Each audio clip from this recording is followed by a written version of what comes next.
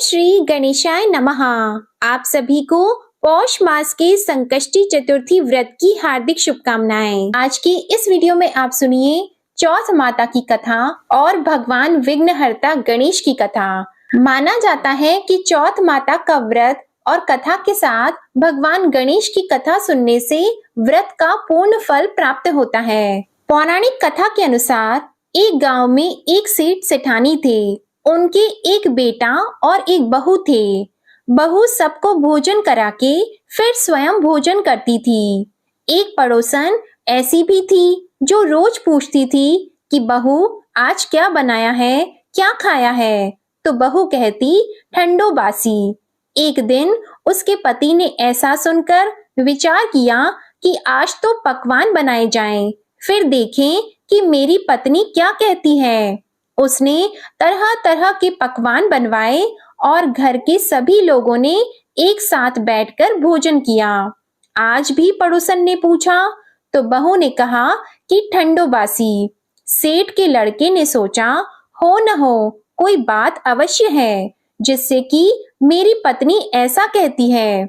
उसने पत्नी से पूछा तुम रोज ठंडो बासी खाया ऐसा क्यों कहती हो, जबकि हम सबने एक साथ बैठकर कई तरह के पकवान खाए। उसकी पत्नी बोली हम जो खा रहे हैं वह बाप बूढ़ों की कमाई है। जिस दिन आप कमा कर लाओगे उस दिन मैं समझूंगी कि ताजा भोजन कर रहे हैं। अब एक दिन लड़के ने माँ से कहा मैं एक बड़े शहर में कमाई करने जा रहा हूँ। माँ बोली बेटा अपने पास इतना धन है कि खाया नहीं खत्म होगा। माँ के मना करने पर भी बेटे ने स्वयं कमाने का दृढ़ निश्चय कर लिया और जाते समय पत्नी से कहा मैं जब तक कमाकर बहुत सा धन लेकर न आऊं तुम चूल्हे की आग मत बुझने देना। एक दिन चूल्हे की आग बुझ गई तो वह मन ही मन घबराने लगी, कहीं मेरे पति पर संकट तो नहीं आन पड़ा। जल्दी से पड़ोस में से आग लाकर चूल्हे में रख दूं, ऐसा विचार करके पत्नी पड़ोस में गई। वहां पड़ोसन चौथ माता का व्रत और पूजन कर रही थी। पड़ोसन ने कहा थोड़ी देर में आकर ले जाना। तो बहू ने पड़ोसन से पूछा आप यह व्रत क्यों करती हैं, इससे क्या मिलता है? पड़ोसन ने कहा चौथ माता के इस व्रत को करने से अन्न और लक्ष्मी मिलती है और अपनी मनोकामनाएं पूर्ण होती हैं। अब बहू भी चौथ माता का व्रत करने लगी। दीवार पर उसने चौथ माता का चित्र बनाया। उस दिन घी और गुड़ का चूरमा बनाकर रात्रि को चंद्रमा को अर्घ देकर उसने भोजन किया। ऐसा करते करते बहुत दिन हो गए। चौथ माता ने उस बहू के पति को सपना दिया कि साहूकार का बेटा तू जागे कि सोवे, तेरी पत्नी तुझे बहुत याद कर रही है, घर जाकर उसकी चिंता मिटा दे। तू दुकान खोलकर कंकु केशर का पगलिया बना के बैठ जाना। आज तेरा हिसाब किताब चुकता हो जाएगा। अब तो चौथ माता ने जैसा कहा था वैसा ही हुआ। उसने घर जाने की तैयारी की और गाड़ी भर के धन दौलत लेकर चल दिया। रास्ते में एक बड़ा सा काला नाग फन फैलाए बैठा था और कहने लगा आज तो मैं तुझे डसूंगा, छोड़ूंगा नहीं।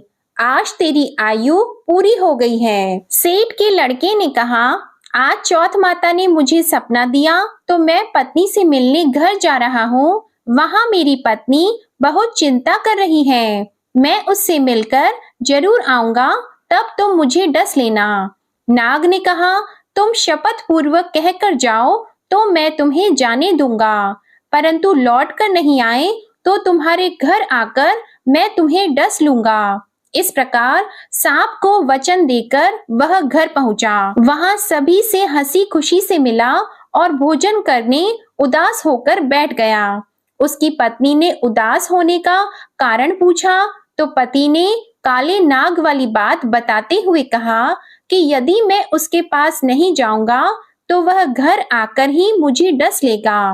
पत्नी बहुत चतुर थी। उसने कहा कि आप घबराओ नहीं, लेट जाओ, मैं एक उपाय करती हूँ। पत्नी ने कमरे की 7 पेड़ी धोई, पहली पेड़ी पर रेत, दूसरी पर इत्र, तीसरी पर गुलाल फूल, चौथी पर कंकु केशर, पांचवी पर लड्डू पेड़ा, छठी पर गादी गलीचा और सातवीं पेड़ी पर दूध का कटोरा भरकर रख दिए। इस प्रकार वह 7 ही पेड़ी सजाकर बैठ गई। आधी रात होते ही नाग आकर पेड़ी चढ़ने लगा। पहली पेड़ी पर रेत में लौट गया और कहने लगा कि सेठ की बहू ने आराम तो बहुत दिया, पर वचनों से बंध कर आया हूँ, सो डसूंगा अवश्य ही। इसी प्रकार 7 पेड़ियों पर नाग आराम करता हुआ और कहता हुआ कि डसूंगा जरूर, कमरे में जाने ही वाला था कि चौथ माता ने विचार किया कि मैं इसे नहीं बचाऊंगी तो संसार में धर्म कर्म और व्रत पूजन को कौन मानेगा। अब तो गणेश जी, चंद्रमा जी और चौथ माता ने उसे बचाने का विचार किया। चंद्रमा जी ने उजाला किया, चौथ माता ढाल बनी और गणेश जी ने तलवार लेकर नाग को मार दिया और ढाल से ढक दिया। अब बहू भी थकी हारी सो गई। दिन निकला तो लोग बेटे से मिलने आए, परंतु बेटा बहू तो उठे ही नहीं थे। बहुत देर हो गई तो माँ उन्हें उठाने गई। माँ ने 7 पेड़ियों पर जो कुछ देखा तो वो बहुत ही घबराई और बेटा बहू को आवाज लगाई। बेटा बहू उठे तो देखा कि एक ढाल तलवार वहां पड़ी है। अब ढाल उठाई तो वही काला नाग मरा हुआ पड़ा है।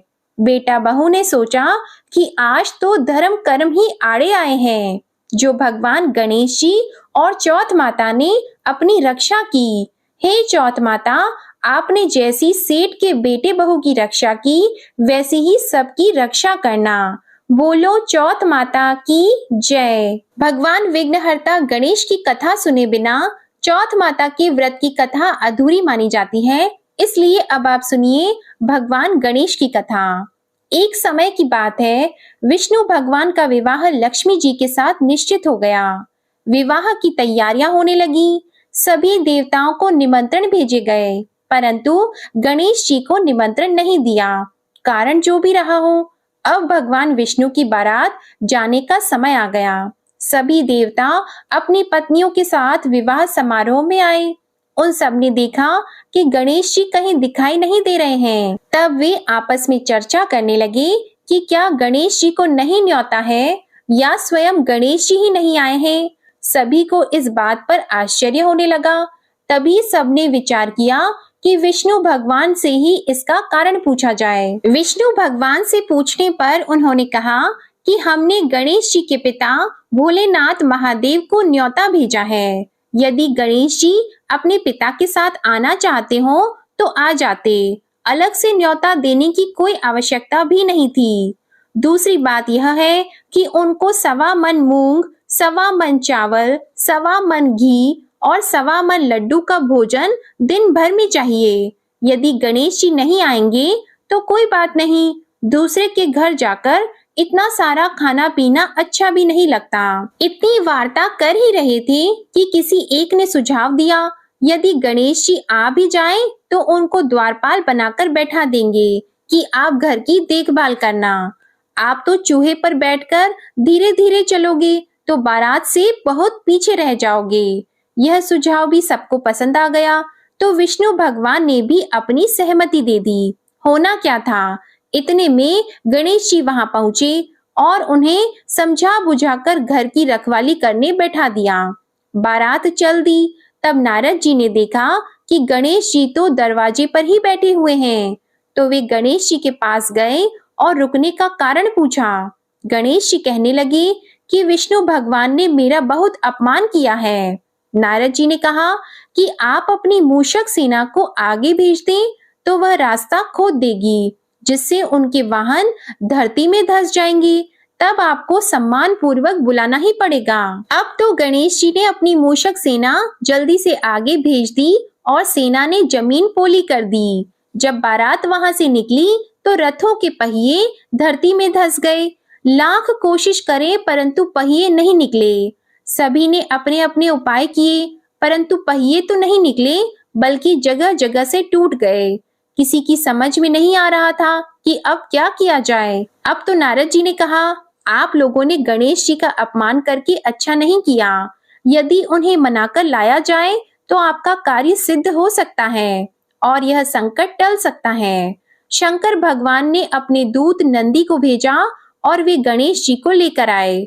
गणेश जी का आदर सम्मान के साथ पूजन किया। तब कहीं रथ के पहिए निकले।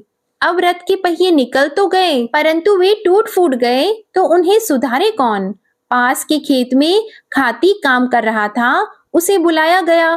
खाती अपना कार्य करने के पहले श्री गणेशाय नमः कहकर गणेश जी की वंदना मन ही मन करने लगा। देखते ही देखते खाती ने सभी पहियों को ठीक कर दिया। तब खाती कहने लगा कि हे देवताओं, आपने सर्वप्रथम गणेश जी को नहीं मनाया होगा और न ही उनका पूजन किया होगा, इसलिए तो आपके साथ यह संकट आया है। हम तो मूर्ख अज्ञानी हैं, फिर भी पहले गणेश जी को पूजते हैं, उनका ध्यान करते हैं। आप लोग तो देवतागण हैं, फिर भी आप गणेश जी को कैसे भूल गए। अब आप लोग भगवान श्री गणेश जी की जय बोलकर जाएं तो आपके सब काम बन जाएंगे और कोई संकट भी नहीं आएगा। अब सभी को अपनी अपनी गलती का पश्चाताप हुआ और सबने भगवान गणेश की जय जयकार करते हुए और बारात वहां से चल दी और विष्णु भगवान का लक्ष्मी जी के साथ विवाह संपन्न करा के सभी सकुशल घर लौट आए। हे गणेश जी महाराज, आपने जैसे विष्णु भगवान के कार्य को सिद्ध किया, वैसे सभी के कार्य को सिद्ध करना। बोलो भगवान गणेश की जय। तो ये थी आज की चौथ माता की कथा और विघ्नहर्ता भगवान गणेश की कथा।